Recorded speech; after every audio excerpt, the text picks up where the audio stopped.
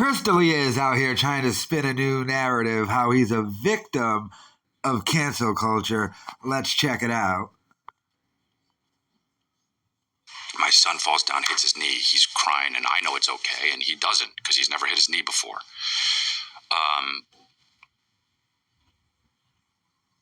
And I always tell him, like, buddy, it's all right. The worst part's over, you know?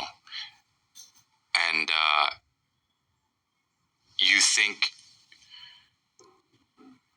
if I'm honest, you think, okay, something that I would always go back to, no matter how hard it was, during that time, I would say, like, everything's okay because no matter what, I can end my life and not feel this, right? And I would constantly think of that, like, all good, everything's fine. You can always end your life. It got that bad for you? Yeah. Was there some truth in the allegations?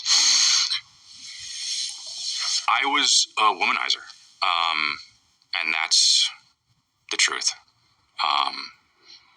And no, I mean, what I was canceled for was not the truth. But it doesn't matter.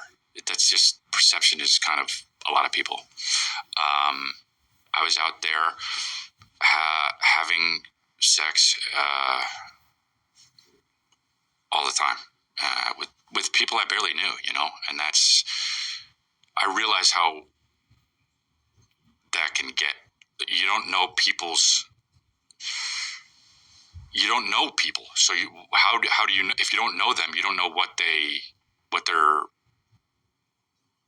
like, and what, you know, I was definitely like, and I had a chip on my shoulder too. I was like, well, nobody likes me. They just think they like me now. They wouldn't have liked me when I was being fucking bullied in high school. They just like me now because I'm fucking, I'm on tour. I'm famous, you know? And I remember having a chip on my shoulder about that and thinking, it was just a weird, wrong, fucking stupid way to live. Like, I was all consumed in all of it, you know? I would make people laugh, and I would try to get laid. Celebrity's an intoxicating drug, isn't it? What's that? Celebrity is an intoxicating drug. Yeah, man. I would, especially for a young man. I wish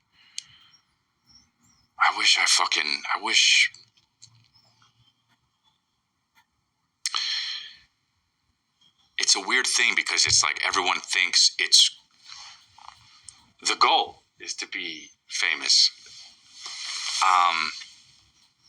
And it's not bad. It's just there are good and bad things to everything. And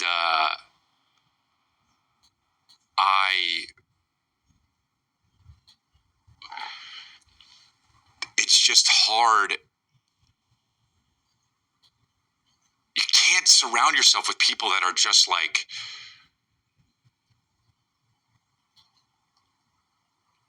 you're great. Because then you'll become an insane person. Because you're not great all the time.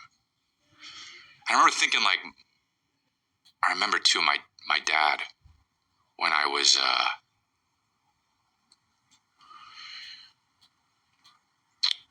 younger and coming up, and before I even really was any name or had any kind of people come see me, my dad would say, you have to be careful because people are going to start to like you and they're not going to know you. And it's very easy to get a chip on your shoulder. And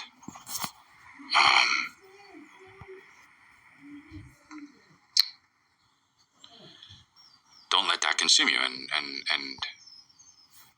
I knew everything when I was younger, so I didn't really listen, you know. And it's kind of just what happened. Yeah. What are the worst aspects of, or what are the worst things about going through something like that? being canceled. Your family's got to. Yeah, the worst thing about one of the worst things about going through something like that is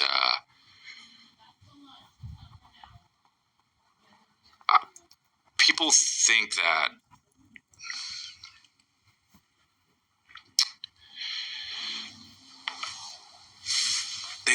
you're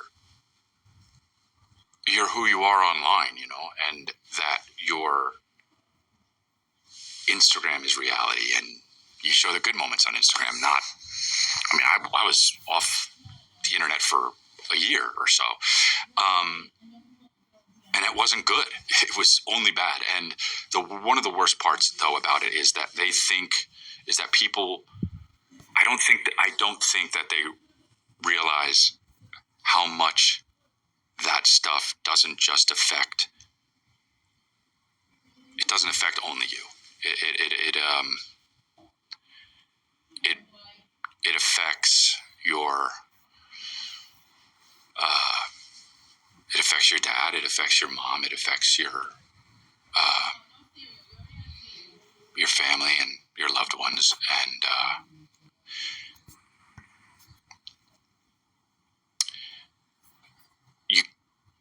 it's very hard to figure out how to put your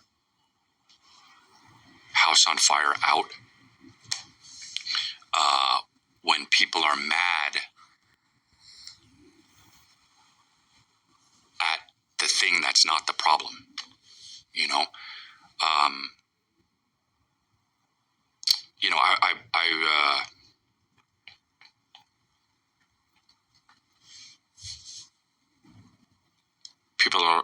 people would be angry at a certain thing that it's just as that isn't true. So this is why I got so deep in the woods of it. I'm like, I don't even know how to fix the right thing, because people don't know. People don't know what is actually happening. So that's why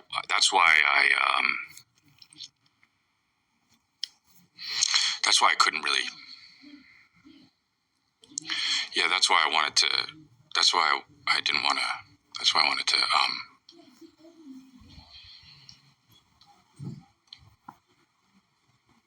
Yeah, that's why I wanted to end my life. But Okay, enough of his babbling. What is he talking about? He was accused of grooming and hooking up with underage girls. This has nothing to do with cancel culture. He didn't lose a bunch of movies and shows because of something he said or something he did that was like a political stance or anything. He was accused of crimes, and the FBI is investigating him.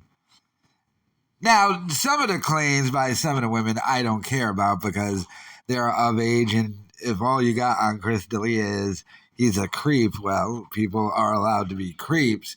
But this dude is legitimately accused of some actual crimes involving people not of age. The whole Snapchat thing, not knowing you can record Snapchat. But, so it's been 4 years since, and now he's finally just sitting down to do an interview about it, but in the context of he was canceled. Nah. I mean, if he just came down and said, like, none of it's true, but don't try to attach yourself to cancel culture, I'd be like, oh, you're just claiming none of it's true. Which some of it may not be true. Something tells me some of it lays in the middle. I don't know. I mean, Callan was accused of something, way worse and just straight up like an actual crime, whereas D'Elia, it's around the edges and stuff, but still pretty creepy. But the fact that he sat down with this soft white underbelly guy and like trying to play the victim and everything. It's kind of hilarious. And the biggest crime he has committed is doing a podcast with Brendan Shaw. That's the biggest crime. So if you should be canceled for anything, it's that. Let me know your thoughts in the comments.